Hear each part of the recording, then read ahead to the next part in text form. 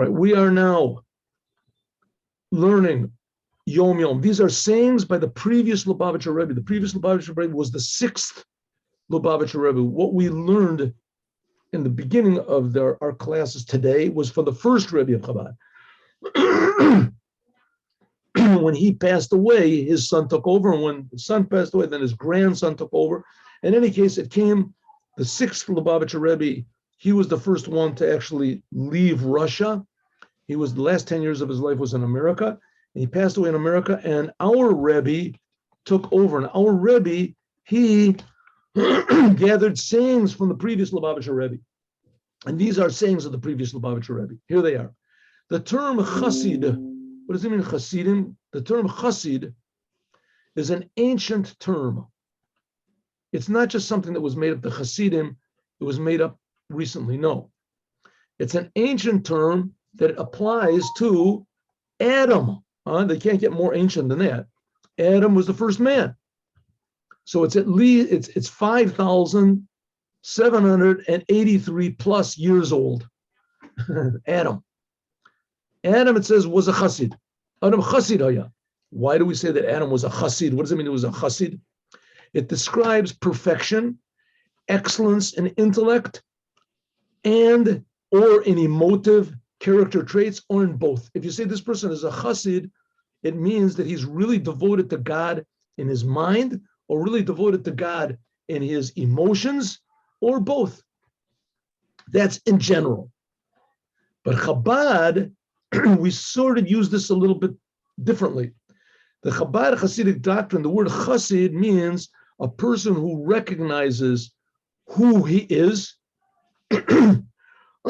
what his abilities are, his potential, and his nature is, his uniqueness, and his standing in the knowledge and study of Torah, as far as his doing the commandments. He knows what he's lacking, and he's concerned and takes pains to fill the void. He's diligent in obedience in the manner of accepting the yoke. Okay, let me explain what this means.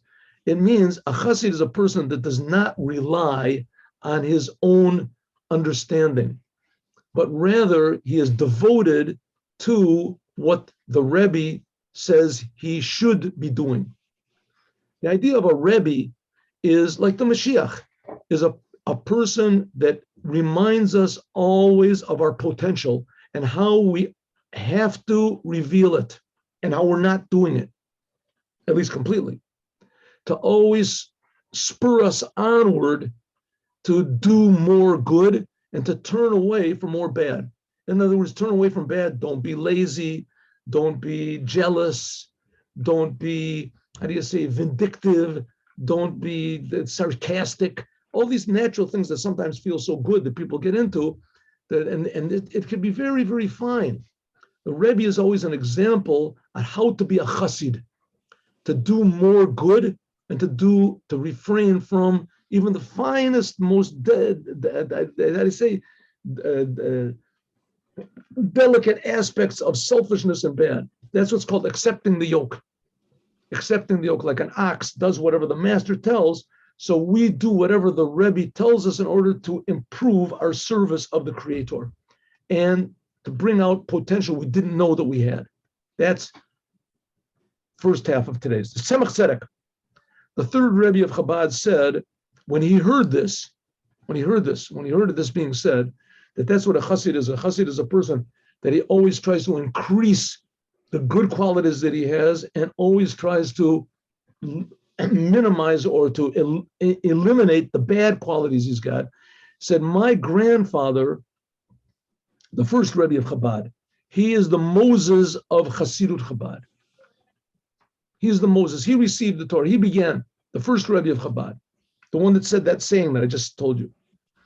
Our sages say that the Torah was given to Moses, but Moses acted generally, says, B'ayin Tov, and he gave to the Jewish people.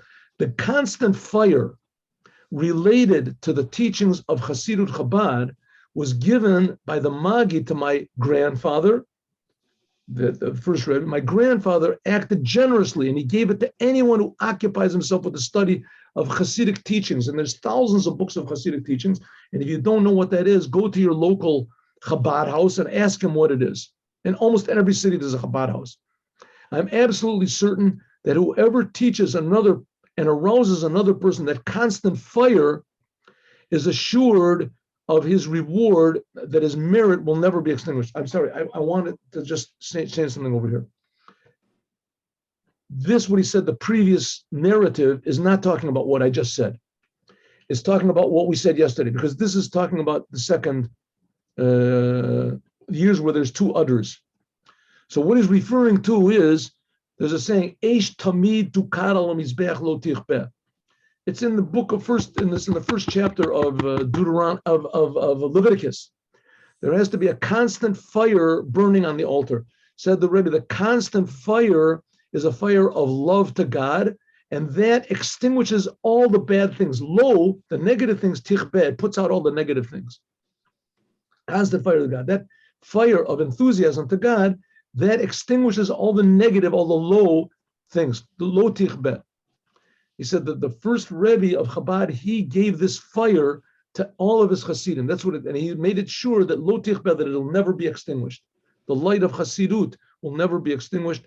Mashiach will only increase it. In fact, every Rebbe of Chabad was the Mashiach of his generation.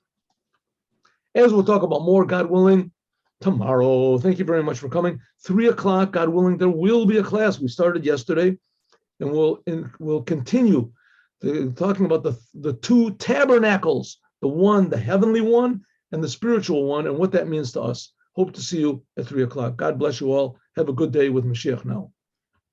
Shalom.